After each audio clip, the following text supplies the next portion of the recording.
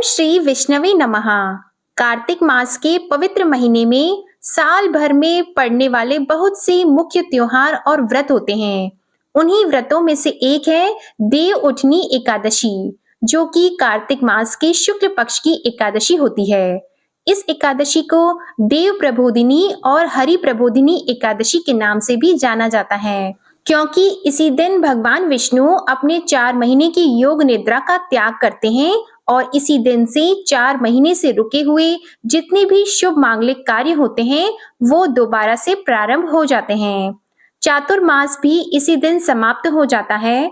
इसके अलावा देव उठनी एकादशी और द्वादशी तिथि को तुलसी जी का विवाह भगवान शालिग्राम जी के साथ भी किया जाता है। ऐसे में आज की इस वीडियो में आप जानेंगे कि एकादशी का व्रत कब रखा जाएगा, एकादशी व्रत की संपूर्ण पूजा विधि के बारे में आप जानेंगे और इस दिन कुछ खास तरीके से पूजा की जाती है। बाकी एकादशी में अधिकतर एकादशी की पूजा विधि एक जैसी होती है, लेकिन कुछ एकादशी व्रत ऐसे होते हैं जिनमें से आपको कुछ खास नियमों का पालन करना होता है और पूजा विधि भी कुछ अलग होती है। आज के दिन पूजा करते समय किन मंत्रों का आपको जाप करना है, भगवान को भोग में क्या अर्पित करना चाहिए, क्योंकि देव उठनी एकादशी है तो कुछ ऐसी वस्तुएं हैं जिनके बिना यह पूजन अधूरा माना जाता है। व्रत रखने वाले भक्तों को इस दिन क्या खाना चाहिए, क्या नहीं खाना चाहिए, तुलसी विवाह कब और कैसे करना है, इसकी वीडियो आपको अलग से हमारे चैनल पर मिल जाएगी और आप जान लेंगे कि एकादशी और द्वादशी तिथि से जुड़े हुए कुछ जरूरी नियमों के बारे में, जैसे कि व्रत का पारण कब और किस शुभ मुहूर्त पे आपको करना अच्छा रहेगा और एकादशी के दिन जो व्रत की कथा पढ़ी या सुनी जाती है वो भी आज की इस वीडियो में आप सुनने वाले हैं। साल 2023 में 23 नवंबर दिन गुरुवार को देव उठनी एकादशी है और इसी दिन व्रत भी रखा जाएगा। व्रत सुबह से प्रारंभ होता है और अगले दिन द्वादशी तिथि को शुभ मुहूर्त के बीच में ही आपको व्रत खोलना होता है। इस दिन भगवान विष्णु, महालक्ष्मी जी और तुलसी जी का पूजन अनिवार्य होता है। बिना तुलसी जी के पूजा के कोई भी एकादशी का व्रत अधूरा माना जाता है। एकादशी के दिन तुलसी जी में जल अर्पित नहीं किया जाता है। यही कारण है कि तुलसी जी का विवाह द्वादशी तिथि में करना ज्यादा शुभ रहता है। एकादशी की तिथि प्रारंभ होगी 22 नवंबर को रात 11:03 से और एकादशी तिथि समाप्त होगी 23 नवंबर को रात 9:01 पर। एकादशी से एक दिन पहले यानी कि 22 नवंबर को आप दशमी तिथि के नियमों का पालन करेंगे। जैसे इस तिथि में आपको तुलसी दल तोड़कर रखने होते हैं। यदि इस दिन रविवार हो तो उससे भी एक दिन पहले शनिवार को तुलसी दल तोड़कर रख लेने चाहिए। तुलसी दल कभी भी 2 हफ्तों तक बासी नहीं माने जाते हैं। 23 नवंबर दिन गुरुवार को सूर्योदय का समय रहेगा सुबह 6:29 और सूर्यास्त का समय रहेगा शाम 5:24। इस दिन राहुकाल का समय रहेगा दोपहर 1:18 से दोपहर 2:40 तक। राहुकाल के समय में कोई भी शुभ कार्य, पूजा पाठ से संबंधित कार्य या कोई नई वस्तु की खरीदारी या कोई भी नया काम शुरुआत नहीं करना चाहिए। राहुकाल समाप्त होने के बाद या प्रारंभ होने से पहले आप कोई भी काम कर सकते हैं।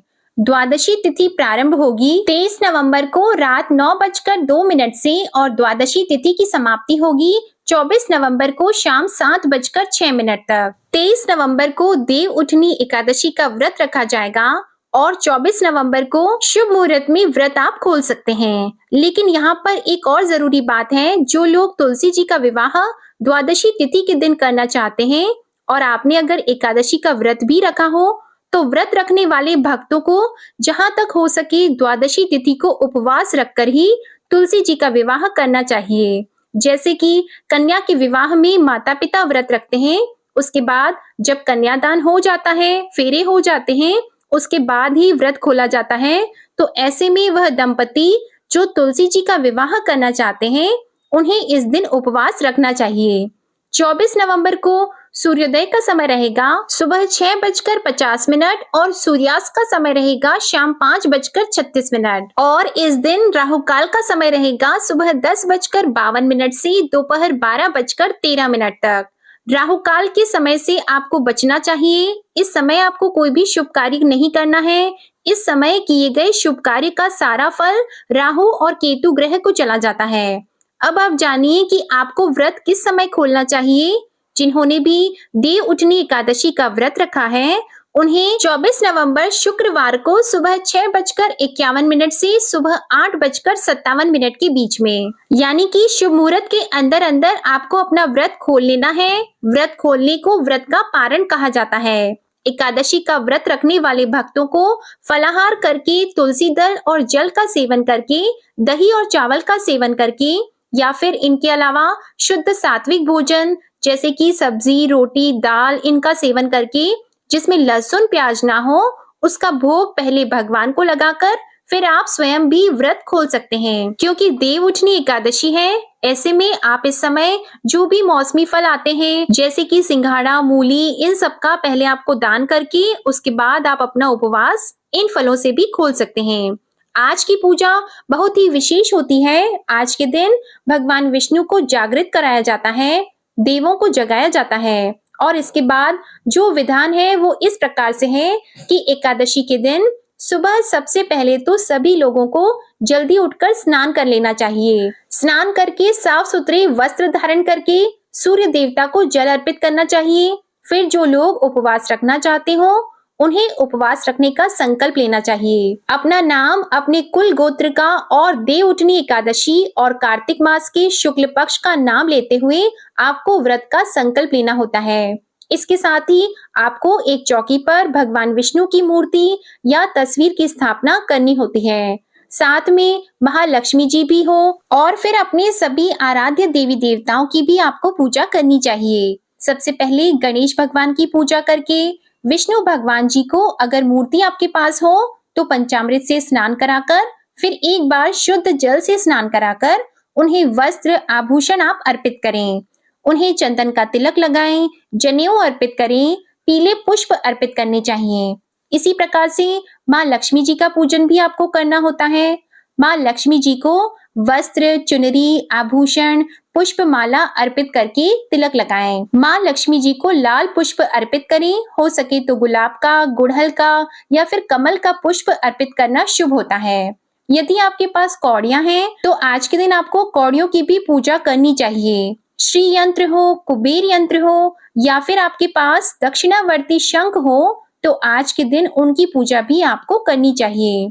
फिर धूप दीप जलाकर आपको ओम नमो भगवते वासुदेवाय, ओम श्री विष्णवे नमः, ओम केशवाय नमः, ओम माधवाय नमः, ओम श्री महालक्ष्मी नमः, इन मंत्रों का जाप करके श्री विष्णु चालीसा का और लक्ष्मी चालीसा का पाठ करके व्रत की कथा पढ़नी अथवा सुननी चाहिए। फिर सबसे अंत में कपूर जलाकर क्षमा याचना करनी चाहिए।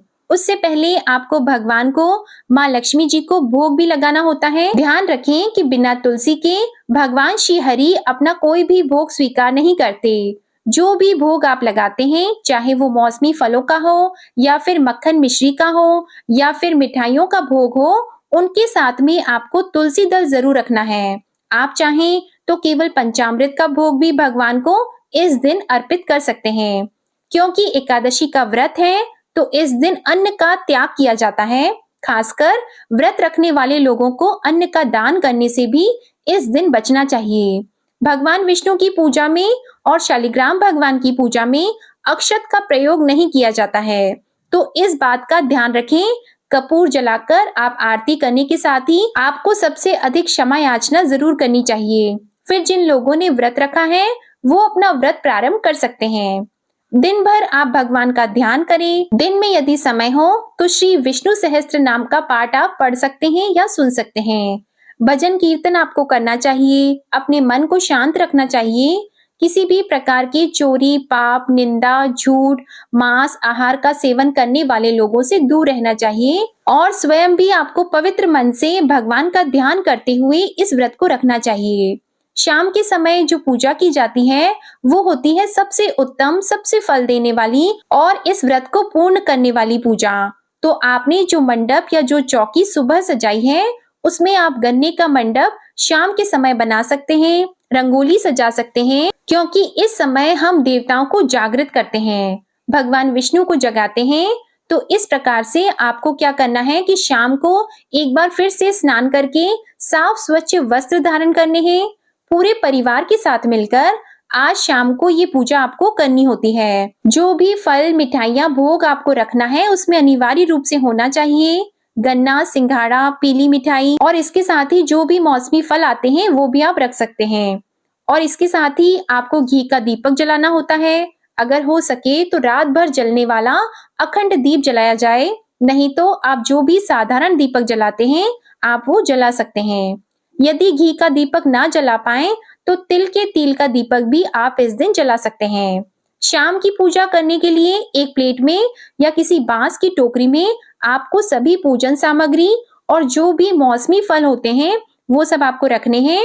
और भगवान विष्णु को योग निद्रा से जगाने के लिए आप घंटी, शंख जो भी आपके पास हो वो बजाकर आप या आपको सूप बजाकर, थाली बजाकर भगवान को जगाना चाहिए। और भगवान को जगाते समय एक खास गीत गाया जाता है, एक खास तरीके से भगवान को जगाया जाता है।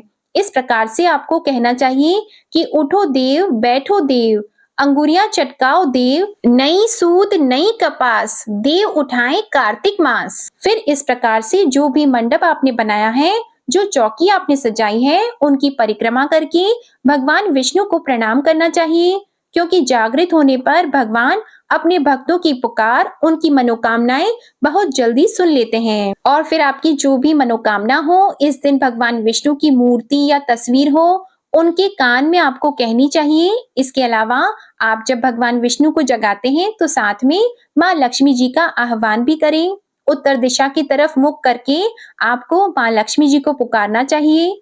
माँ लक्ष्मी जी से आपको प्रार्थना करनी होती है, हे माँ लक्ष्मी, आप भगवान विष्णु सहित हमारे घर में सदा वास करें। और भगवान विष्णु से भी प्रार्थना करनी चाहिए कि हे श्री हरि, आपको हमारा बारंबार प्रणाम है। आज देव उठनी एकादशी के दिन आपने अपनी योग निद्रा का त्याग किया है। अब आप हम सब परिवारजनों की रक्षा कीजिएगा। इस तरह से भगवान विष्णु को जगाने के बाद सभी परिवारजनों को मिलकर शाम की आरती अवश्य गानी चाहिए। और भगवान विष्णु की आरती करके महालक्ष्मी जी की आरती करनी चाहिए। और आज के दिन दीपदान अवश्य करना चाहिए। आप अपने घर के मुख्य द्वार पर, तुलसी जी के पौधे में, आसपास पीपल के वृक्ष में, मंदिर में, चौराहे पर, सुनसान अंधेरी जगह पर आपको दीपक अवश्य ही जलाना चाहिए।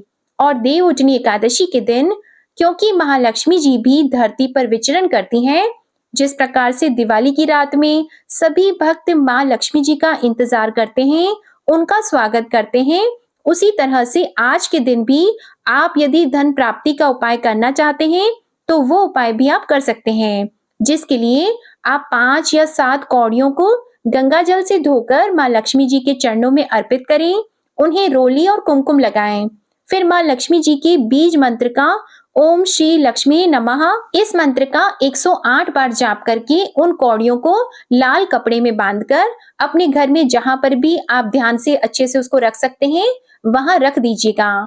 और माँ लक्ष्मी जी से प्रार्थना करते रहिएगा कि आपके पास और आपके घर में आय के नए नए स्तोत्र बने और आपके घर में जो भी धन है उसमें खूब बरकत हो, आपके व्यवसाय में किसी प्रकार का कोई नुकसान न हो। और ऐसी कामना से यदि आप माँ लक्ष्मी जी की पूजा करेंगे, सच्चे मन से करेंगे, तो आपके घर में जो भी आर्थिक समस्याएं हैं वो हमेशा के लिए दूर हो सकती हैं। एकादशी की रात को भक्तों ने जिन्होंने भी उपवास रखा हो तो उन्हें रात में हो सके तो जागरण भी करना चाहिए। जागरण संभव हो तो जितनी देर भी आप कर पाए उतनी देर भजन कीर्तन करके द्वादशी तिथि को शुभ मुहूर्त में आपको पूजन करना चाहिए। और इस दिन भी आपको जिस तरह से आपने व्रत रखने का संकल्प लिया था उसी तरह से दान देने का भी संकल्प लेना चाहिए। दान में दी जाने वाली वस्तुओं को भी भगवान विष्णु के मंदिर में ही आप रखें, उनकी चौकी पर आप रखें, जैसे कि मौसमी सब्जी, मौसमी फल, सब्जी, दाल, आटा और साथ में हल्दी और नमक का दान भी आप कर सकते हैं। इनके अलावा गर्म वस्त्रों का दान भी आप कर सकते हैं। ये सब कुछ आप न कर पाए तो जो भी मौसमी फल भगवान को अर्पित किए हैं, बेर वगैरह, आंवले, जो भी आप दान में दे सकते हैं, और इतना भी सामर्थ्य ना हो तो आप केवल अपने सामर्थ्य के अनुसार 11 या 21 रुपए कम से कम उन्हें भगवान के चरणों में रखकर उनका भी दान किसी योग्य व्यक्ति को कर सकते हैं। यदि सामर्थ्य हो तो मंदिर में जाकर ब्राह्मण देवता को और उनकी पत्नी को आप वस्त्र और जो भी फल, मिठाई दें, दक्षिणा दें, वो देकर उनके पैर छूकर उनका भी आशीर्वाद आप ले सकते हैं। एकादशी का व्रत रखने वाले भक्तों को कभी भी बिना दान ये भोजन ग्रहण नहीं करना चाहिए। तो सुबह की पूजा भी आप विधिवत करें। दान वाली जो भी सामग्री है उनकी पूजा करके आप पहले दान दें और उसके बाद ही शुद्ध सात्विक भोजन लें, जैसा कि मैंने आपको बताया। और या फिर मौसमी फलों से जो आपने भगवान को भोग में लगाए थे उन्हीं को प्रसाद रूप में ग्रहण करके या पंचामृत के साथ में आप व्रत खोल सकते हैं। और अगर आपको कोई उपवास द्वादशी तिथि को भी है, जैसे कि तुलसी जी का विवाह यदि आपको करना हो और आपने एकादशी का व्रत भी रखा है, तो ऐसे में आप केवल फलों का सेवन करके अपना व्रत खोल सकते हैं। आपका एकादशी का व्रत भी पारण हो जाएगा, खुल जाएगा, और दूसरा व्रत भी आप फिर प्रारंभ कर सकते हैं। तुलसी जी का विवाह यदि आप नहीं करना चाहते हैं, केवल आपने एकादशी का व्रत रखा है, तो आप सुबह के समय व्रत खोलें। उसके बाद शुद्ध सात्विक भोजन हो सके तो सेंधा नमक का सेवन आपको करना चाहिए। और ध्यान रखिए कि भोजन में लहसुन प्याज का आपको प्रयोग नहीं करना है। सारा दिन आप कुछ ना कुछ खाते ना रहें, क्योंकि आपका जो नियम का पालन है वो द्वादशी तिथि को भी आपको करना होता है। तो सुबह को आप भोजन करें, उसके बाद शाम को भोजन करें। दिन में आप चाय वगैरह ले सकते हैं, लेकिन बाहर की चीजें खाने से इस दिन आपको बचना चाहिए। इस तरह से आपका एकादशी का व्रत पूर्ण हो जाता है। अब आप सुनिए देव उठनी एकादशी की कथा। पौराणिक कथा के अनुसार एक बार माँ लक्ष्मी जी ने भगवान विष्णु से पूछा कि हे नाथ, आप तो दिन रात जागते हैं और जब सोते हैं तो लाखों करोड़ों वर्षों के लिए सो जाते हैं। उस समय समस्त चराचर का भी नाश कर डालते हैं। इसलिए हे प्रभु, आप नियम से हर वर्ष निद्रा लिया करें। लक्ष्मी जी की बात को सुनकर श्री हरि मुस्कुराए और बोले, देवी आपने ठीक कहा है। मेरे जागने से सभी देवों और खासकर आपको सबसे ज्यादा कष्ट होता है। आपको मेरे कारण जरा सा भी अवकाश नहीं मिलता। इसलिए आपके कहे अनुसार आज से मैं प्रति वर्ष 4 मास वर्षा ऋतु में शयन किया करूंगा। उस समय आपको और देवगणों को अवकाश प्राप्त हो जाएगा। मेरी यह निद्रा अल्प निद्रा और प्रलयकालीन महानिद्रा कहलाएगी। मेरी यह अल्प निद्रा मेरे भक्तों के लिए परम मंगलकारी होगी। इस समय मेरे जो भी भक्त मेरे शयन की भावना कर मेरी सेवा करेंगे और शयन और मेरे जागृत होने की अवस्था को एक उत्सव के रूप में मनाएंगे, तो उनके घर में मैं सदा आपके साथ वास करूंगा। इसलिए कहा जाता है कि देव उठनी एकादशी के दिन भगवान विष्णु और माँ लक्ष्मी जी की पूजा अवश्य ही करनी चाहिए। और माँ लक्ष्मी जी ऐसे घर में सदा वास करती हैं जहाँ भगवान श्री विष्णु की पूजा होती है। यह थी आज की देव उठनी एकादशी की वीडियो की जानकारी। अगर आप तुलसी विवाह के बारे में जानना चाहते हो तो उसकी वीडियो हमारे चैनल पर अपलोड है, आप उसे जरूर देख लीजिएगा। और ये वीडियो पसंद आए तो इसे लाइक करके चैनल को सब्सक्राइब करना मत भूलिएगा।